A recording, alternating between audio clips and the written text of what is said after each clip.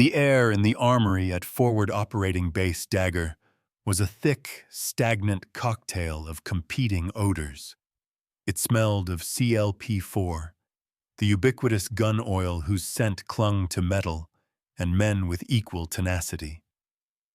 It smelled of the dry, mineral grit of the surrounding desert, a fine powder that worked its way into every mechanism and every pore.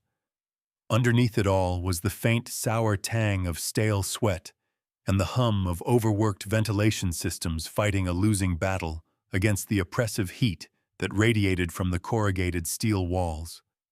The light was harsh, a flat, unforgiving fluorescence that bleached the color from everything, casting long, sharp shadows that seemed to hide in the corners of the wire mesh cages where the weapons slept in their neat, orderly racks.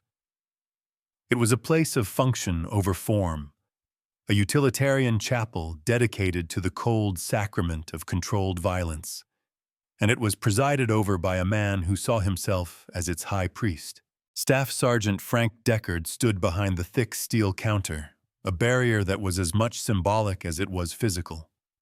He was a man built of blocky, functional parts, with a neck as thick as a mortar tube and a jaw that looked like it had been forged from surplus armor plating. His face, weathered by sun and cynicism, was a permanent mask of bored authority. He moved with the slow, deliberate confidence of a man who owned his small corner of the world and knew it intimately. This armory, this cage of steel and potential energy, was his kingdom. The weapons were his flock, and the soldiers who came to draw them were his supplicants. He dispensed tools of war the way a librarian dispensed books, but with an air of profound gatekeeping, as if each rifle handed out was a personal favor granted from the throne of his own immense importance. His authority was a tangible thing, radiating from him like heat from a furnace, warming his ego and scorching anyone who dared to question it. The silence of the mid-afternoon lull was a heavy blanket, disturbed only by the rhythmic clang of a private inventorying ammunition cans in the back and the ever-present electronic buzz of the lights overhead. It was a comfortable silence for Deckard, a silence he controlled. Then the door creaked open, letting in a blinding slice of the hostile afternoon sun and a figure that seemed entirely out of place. She was not in uniform. She wore simple khaki cargo pants, a plain dark gray t-shirt that fit loosely, and a pair of worn, dusty boots. Her hair was pulled back in a simple, functional ponytail, revealing a face that was unremarkable, a face you would forget the moment you looked away. She was of average height, with a slender build that seemed almost fragile in this environment of hardened masculinity and brute force. She carried no rank on her collar, no unit patch on her shoulder. To Deckard's practiced, dismissive eye, she was a contractor, a logistician, a nobody, just another civilian cog in the great military machine, utterly irrelevant to the sharp end of the spear he so carefully maintained. She moved with a quiet economy, her steps making almost no sound on the gritty concrete floor. She did not look around, did not gawk at the rows of weaponry. Her focus was singular. She approached the counter and stood there for a moment, waiting to be acknowledged. She did not tap her fingers. She did not clear her throat. She simply stood, a pillar of unnerving stillness in the buzzing, clanging space. Deckard let her wait. It was part of his ritual, a small assertion of dominance that reinforced the natural order of his world. He finished wiping down a receiver with a slow, deliberate motion, his movements broadcasting a message of casual disregard. Only when he had placed the rag perfectly parallel to the edge of the counter did he finally lift his eyes, his gaze heavy with condescension. "Something I can help you with, ma'am?" His use of the word ma'am was not a sign of respect. It was a verbal categorization, a label that separated her from the world of warriors he inhabited. It was the same tone one might use for a lost tourist. Her voice, when it came, was as unassuming as her appearance. It was clear and level, without inflection or emotion. "I need to draw a weapon system." Deckard allowed a small, humorless smile to touch his lips. He leaned forward, resting his thick forearms on the counter, making himself larger. "Right. And what kind of weapon system are we talking about?" "We got M4s for the folks playing soldier, M9s if you need a paperweight. Take your pick." The private in the back snickered, a brief, sharp sound that was quickly stifled. The woman did not react. Her eyes, a shade of gray that seemed to absorb the harsh light, remained fixed on his. "I require an M110A1. I need it configured with a Schmidt and Bender 3 to 20 times 50 PM. 2 optic, an Atlas bipod, and a Knight's Armament 762 QDC suppressor. I'll also need 20 magazines of M118 LR ammunition." The specificity of the request was a stone thrown into the placid pond of Deckard's arrogance. He blinked. It was not the request of a civilian contractor wanting something for a trip to the range. It was the request of a professional, and a discerning one at that. But his prejudice was a fortress, its walls thick and its gates barred. He saw not the request, but the person making it, a small woman in a gray t-shirt. His mind rejected the data that did not fit his preconceived narrative. The flicker of surprise was replaced by an even deeper, more insulting amusement. He saw it as a script she had been told to read, a list she had memorized without understanding. He chuckled, a low, rumbling sound from deep in his chest. "Honey, that's a whole lot of rifle, a real big girl gun. You sure you can even lift it? Maybe you just want to take a picture with it for your boyfriend back home?" He winked at the private, who now looked distinctly uncomfortable, sensing his superior was pushing too far. The air grew thick with a different kind of tension now, the sharp, metallic taste of public humiliation. The woman's expression did not change. There was no flash of anger in her eyes, no tightening of her jaw. She did not flinch. She did not turn. It was as if his words were meaningless sounds, the buzzing of an insect, too insignificant to warrant a reaction. This unnerving calm was more infuriating to Deckard than any shouted retort could have been. He was a man who understood the currency of emotion, anger, fear, respect. He traded in it. This woman was operating on a different exchange entirely, one whose rates he could not comprehend. Her stillness was a form of defiance he could not counter.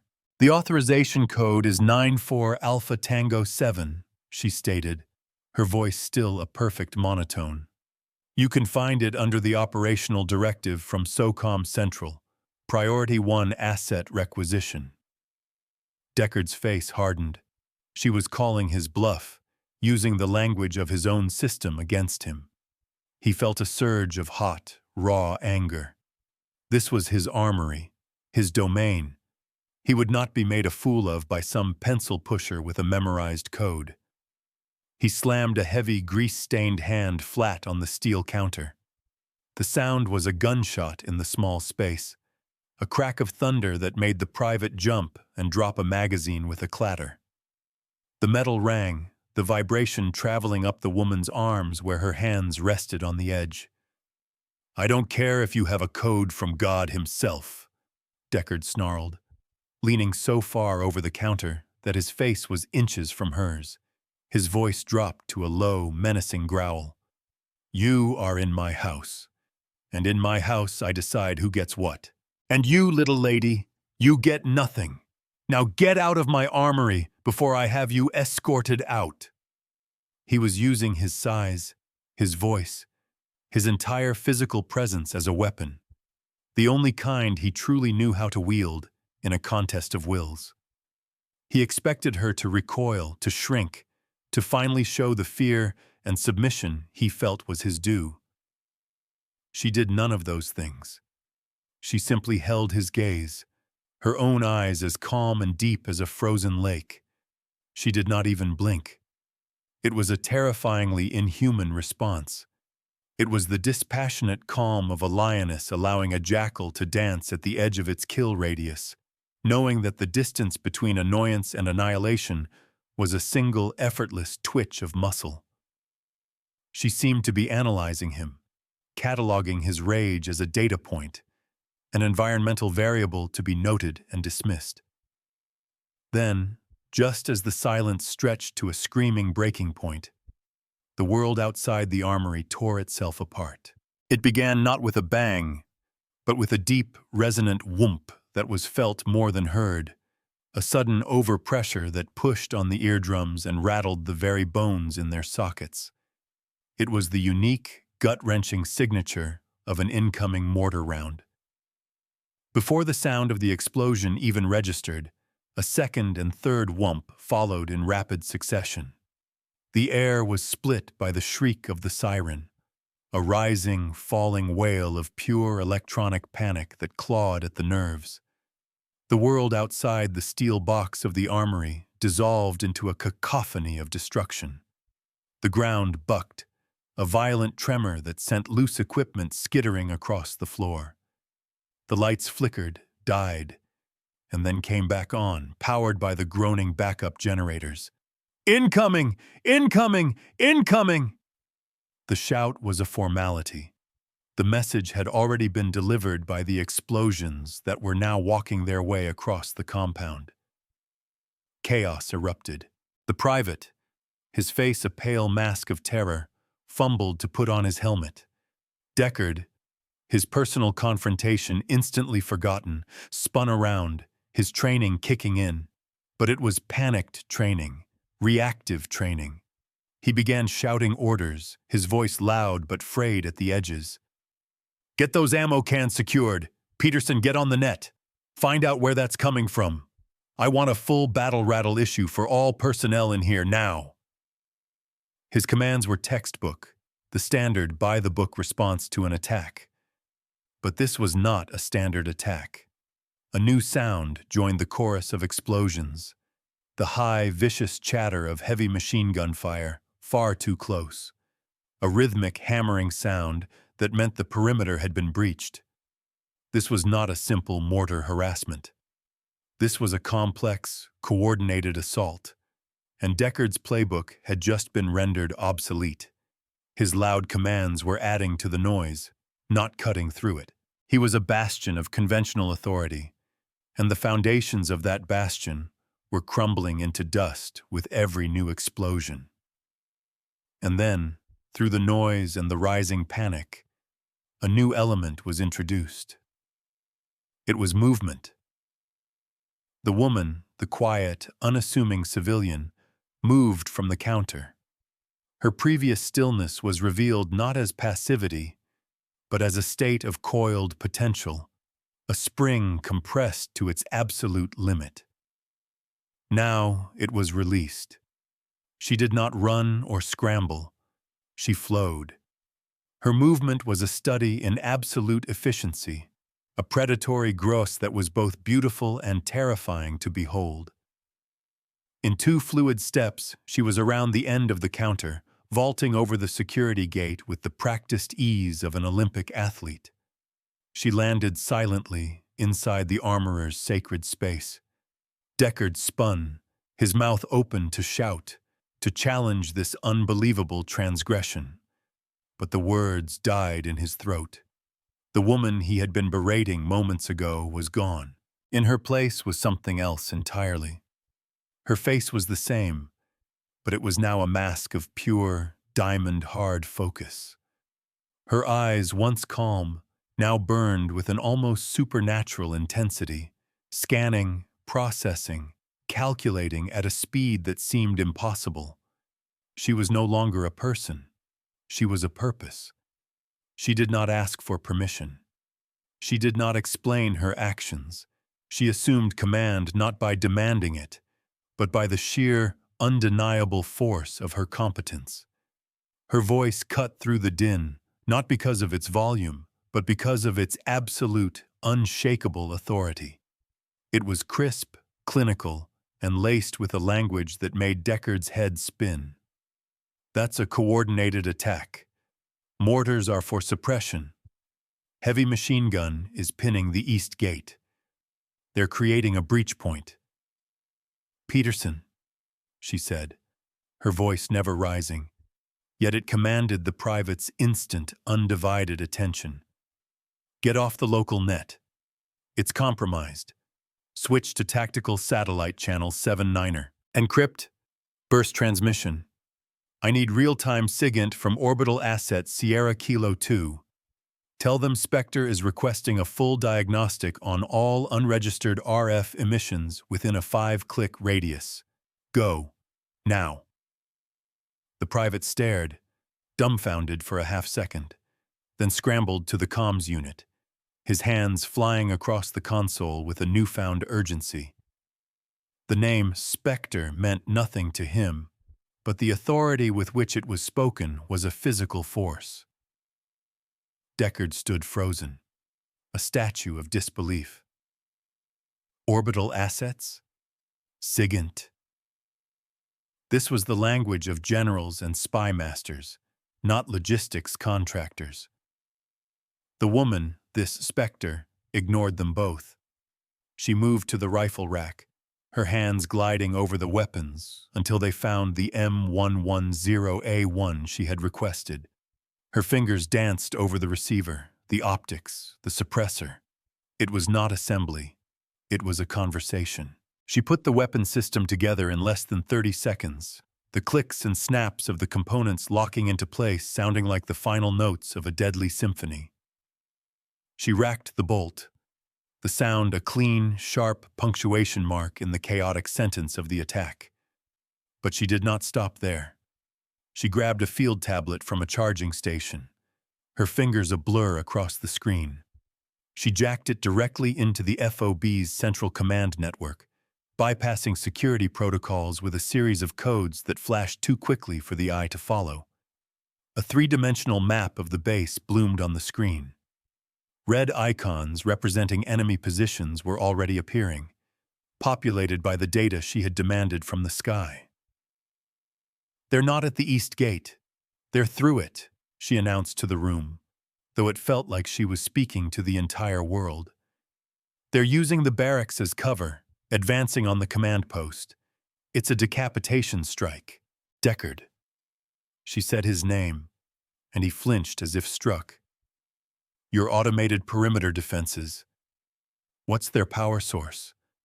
The main grid, he stammered, his own voice sounding weak and useless in his ears. Wrong, she said without looking at him. It's a secondary generator. They've already cut the primary. I need you to manually reroute the power from the medical bay's backup system to the Western turret network. Use circuit breaker 7 gamma. It will cause a brownout in medbay, but the turrets are more important right now. She had diagnosed a critical infrastructure vulnerability in seconds, a vulnerability that Deckard, the man who had worked here for 2 years, had never even considered. He could only nod, his mind struggling to keep up. He felt like a child watching a grandmaster play chess on 100 boards at once. He turned and ran to do her bidding, his feet pounding on the concrete, his world completely upended. He was no longer the king of this castle. He was a pawn on a board he had never known existed. And this quiet woman was the player. With Deckard and the private now acting as extensions of her will, she became the still center of the storm. One hand on her rifle, the other flying across the tablet, she began to conduct the defense of the entire base from inside the armory. Her voice was the only calm, coherent thing in the universe. Peterson, feed this targeting data to Razorflight. Tell them danger close, ordnance on my mark. Mark. Target package Alpha is neutralized. Retasking. I have spotters on the roof of the northern watchtower. They're painting targets for the mortars. Send them my condolences. A moment later, the deep, satisfying thump of a friendly airstrike rattled the building. This time a sound of salvation, not destruction. The chatter of the enemy machine gun abruptly ceased. The cadence of the incoming mortars faltered, then stopped. The men in the room, the handful of soldiers who had taken shelter in the armory, stared at her. They had been reduced to a chorus of silent, awestruck onlookers. Their fear was gone, replaced by a profound, almost religious reverence. They were witnessing a masterclass in the art of war, a live performance of a legend they had never known existed. She was not just fighting back. She was dissecting the enemy, dismantling their attack piece by piece with the cold, detached precision of a surgeon. The armory door was thrown open again, this time with such force that it slammed against its stops. In the doorway stood General Maddox, the FOB's commanding officer, a man whose face looked like it had been carved from naval tradition itself. He was a 2-star general, a veteran of a dozen conflicts, and his face was a thundercloud of controlled fury and concern. He was followed by his command staff, all armed, all moving with the grim purpose of men heading into a losing fight. He had been in the command post when it was targeted, and he had come here to the most fortified structure on the base to re-establish control. "Who the hell is running this defense?" he boomed, his voice accustomed to instant obedience. His eyes swept the room, taking in the scene, the stunned soldiers, Deckard fumbling at a circuit panel, the private manning the comms like his life depended on it. His gaze landed on the woman, the civilian, the anomaly at the center of it all. He saw the high-end rifle in her hands, the command tablet glowing with tactical data. His eyes narrowed in confusion and anger. "And who in God's name are you?" She did not turn to face him immediately. Her focus was still on the screen. "One more mortar team, southeast quadrant. Peterson, Vector in the AC-130. Tell them to use the 40mm, not the 105. I don't want them leveling the motor pool." She swiped a final icon on the screen and then, the crisis outside seemingly contained. She finally turned her head and looked at the general. As she moved, the sleeve of her gray t-shirt, which had been pushed up her forearm as she worked, slid down slightly. But not before General Maddox saw it. On the inside of her forearm, just below the elbow, was a tattoo. It was small, discreet, and rendered in muted gray and black ink. It was not a flashy piece of art. It was a symbol. A coiled serpent, its scales impossibly detailed, wrapped around a blade that seemed to shimmer and fade into nothingness, like a ghost. It was an image few people in the world had ever seen. For those who had, it was more potent than any rank, more authoritative than any medal. It was the unofficial crest of a unit that did not officially exist. A unit spoken of only in hushed, fearful whispers in the highest echelons of global intelligence. General Maddox froze. It was not a gradual halt. It was a complete, instantaneous cessation of all movement, as if someone had flipped a switch in his brain. His jaw went slack. The fury on his face evaporated, replaced by a wave of utter, stupefied disbelief. His eyes, wide with shock, darted from the tattoo back to her unremarkable face, trying to reconcile the two realities. The 2-star general, a man who commanded thousands, a man who had briefed presidents, looked at the quiet woman in the gray t-shirt and saw not a contractor, but something akin to a deity of war. His posture changed. The aggressive forward lean of a commander entering a fray straightened, then snapped back into the rigid, formal stance of a junior officer addressing a superior. He brought his heels together with an audible click on the concrete. His hand shot up in a salute so sharp, so precise, it seemed to cut the very air. It was a gesture of profound, almost fearful respect. The members of his staff, seeing their commander's reaction, immediately followed suit, their faces a mixture of confusion and dawning comprehension. "Ma'am," General Maddox said, his voice now a low, reverent whisper. The boom of command was gone, replaced by the hushed tone of a man in the presence of something holy and terrifying. "My deepest apologies. I was not aware. No one told me you were on site."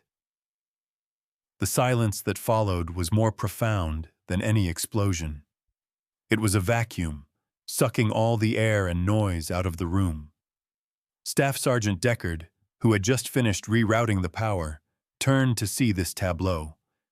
He saw the general and his staff, ramrod straight, saluting the woman he had just threatened to throw out of his armory.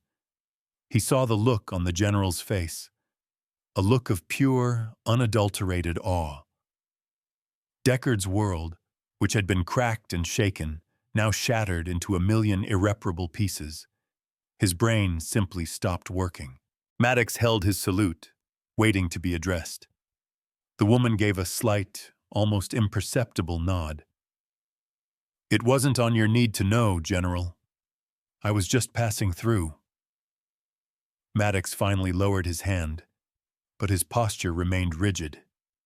He turned his head slightly, his eyes finding Deckard, who was still standing there, his mouth agape, looking like a fish that had just been pulled from the water.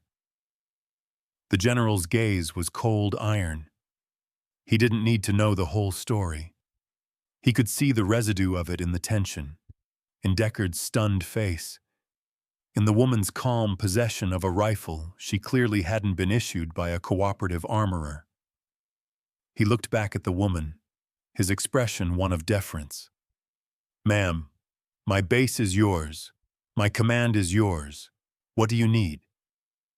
The narrator's voice would later fill in the gaps for those who were not there, and even for those who were but could not comprehend. It would explain that the woman's name was Ilara Vance, though that name was largely meaningless, one of many she used. In the circles that mattered, she was known only as Spectre. She held no official rank because rank was a ladder, and she existed in a space far above it. She was a strategic asset, a ghost in the machine, one of a handful of individuals who operated with the direct authority of the Joint Chiefs and, at times, the President himself. She was not a soldier. She was an architect of battlefields, a theorist of asymmetric warfare who, unlike most theorists, was also its most lethally effective practitioner. The tattoo on her arm was the mark of Task Force Chimera, a unit so secret that its existence was its most closely guarded secret. They were the troubleshooters, the final option, the people sent in when armies failed and diplomacy was a distant memory. General Maddox knew the legends. He had heard the whispers. He just never, in his wildest nightmares, expected to meet one in the armory of his own FOB. After the last of the attackers were neutralized and the base was secured, a process that Vance oversaw with the same chilling efficiency, a new kind of silence settled over the armory. It was the silence of aftermath, thick with the smell of cordite and the weight of what had just transpired. Vance calmly began to disassemble the rifle, cleaning it with a practiced, meticulous care that was almost tender. General Maddox and his staff stood by, waiting, like acolytes attending a high priestess after a momentous ritual. Finally, her task complete, she turned her attention to the last piece of unfinished business. Her gaze fell upon Staff Sergeant Deckard. He was still standing in the same spot, his face pale, his eyes hollow with the dawning, horrific understanding of his monumental error. He looked like a man who had just watched the sun rise in the west. Vance walked toward him, her steps once again silent on the concrete. She stopped a few feet away. Her voice was not angry, not triumphant. It was the calm, analytical tone of an after-action report. "Staff Sergeant," she began, her voice a clinical instrument. "Your initial engagement with me this afternoon represented a critical failure. Not a failure of etiquette, but a failure of intelligence." Deckard flinched at every word. He could feel the eyes of the general, of the other soldiers, burning into him. "You made an assessment based on flawed, incomplete data," she continued. "You saw my gender and my clothing, and you filtered all subsequent information through the lens of that initial prejudice. I gave you an authorization code. I gave you a directive number. You dismissed that data because it did not conform to your preconceived conclusion. In our profession, that is not merely a personal failing. It is a tactical vulnerability. Your arrogance created a blind spot. Today, that blind spot only delayed the deployment of a critical asset by approximately 7 minutes. In a different scenario, it could have resulted in the complete loss of this facility and everyone in it. Your ego could have been the enemy's most effective weapon." She let the words hang in the air, each one a perfectly weighted stone dropping into the well of his shame. He had no defense. There was no argument to be made. She had stripped his failure down to its mechanical components and laid them bare for all to see. It was not a scolding. It was a diagnosis. And it was terminal. General Maddox stepped forward, his face grim. "Staff Sergeant Deckard, you are relieved of your duties. Report to my aide. There will be a full inquiry." Deckard's shoulders slumped. It was over. His career, his reputation, everything he had built was gone, incinerated in the crucible of a single, catastrophic encounter. But Vance raised a hand, a small, simple gesture that nonetheless stopped the 2-star general in his tracks. "That won't be necessary, General," she said calmly. "An Article 15 or a court-martial would be an inefficient use of resources. The staff sergeant doesn't need punishment. He needs education." She looked back at Deckard, her gray eyes locking onto his.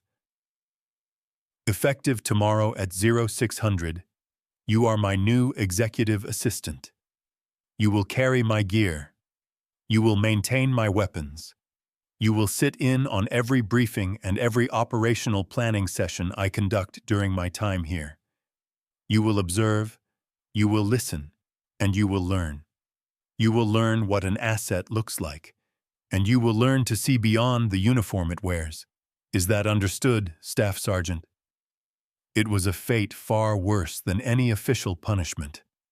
It was a sentence of forced proximity to the source of his humiliation. He would be a constant, living reminder of her competence and his failure. He would not be allowed to hide or forget.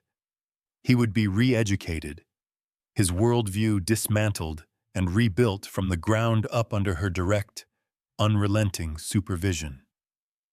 He looked into her eyes and saw no malice, only a cold, unwavering purpose. He saw the future, and it was one of total, inescapable humility. "Yes, ma'am," he choked out, the word ma'am now tasting completely different in his mouth. It was no longer a dismissal. It was a surrender. The story of that day passed into the permanent lore of FOB Dagger, and from there, it spread like wildfire through the ranks. It became a modern military fable, a teaching tool passed from seasoned NCOs to new recruits. The details, as they always do, grew with each telling. The number of attackers multiplied. The rifle Vance used became a mythical weapon capable of impossible feats. Her takedown of the command network became a legendary hack that bent satellites to her will. But the core of the story, the essential truth of it, remained unchanged. It was the story of the day the armory sergeant tried to belittle a legend and was given an education he would never forget. Years passed. The dust of that desert outpost settled into memory. Staff Sergeant Deckard was no longer Staff Sergeant Deckard. He was now Command Sergeant Major Deckard, a senior enlisted leader at one of the Army's most prestigious NCO academies. He was a different man. The blocky arrogance carved away by years of hard-earned wisdom, replaced by a quiet, watchful gravity. His most famous lecture, the one that every student remembered, was called Seeing the Battlefield. He would stand before a room full of the Army's best and brightest young leaders, his voice a low rumble of authority that was now earned, not assumed. And he would tell them the story. He would not spare himself. He would paint a vivid picture of his own arrogance, his own prejudice, his own monumental stupidity. He would describe the quiet woman in the gray t-shirt, his condescending words, the feel of the steel counter under his fist. And then he would describe the moment the world caught fire, and the moment she had revealed herself for what she was. She never raised her voice, he would tell them, his eyes distant, seeing that armory as if it were yesterday. She never had to. Authority, true authority, isn't about the volume of your voice or the rank on your collar. It's about competence. It's about seeing the whole board, not just your own square. That day, she was the only one who saw the whole board. The rest of us, myself included, were just pieces on it. And she could have had me taken off that board permanently. He would pause, letting the weight of that confession settle over the silent classroom. She didn't. She taught me. For 3 weeks, I was her shadow. I saw a level of strategic thinking, of pure, unadulterated capability that I didn't know was humanly possible. She rebuilt my entire understanding of what a warrior is. It's not about size or gender or what you look like. It's about what's in here, he would say, tapping his temple. And what's in here, he would add, tapping his chest. She had more of both than anyone I have ever met. His final words were always the same, delivered with the force of a religious conviction. Your job as leaders is to identify and utilize every asset at your disposal.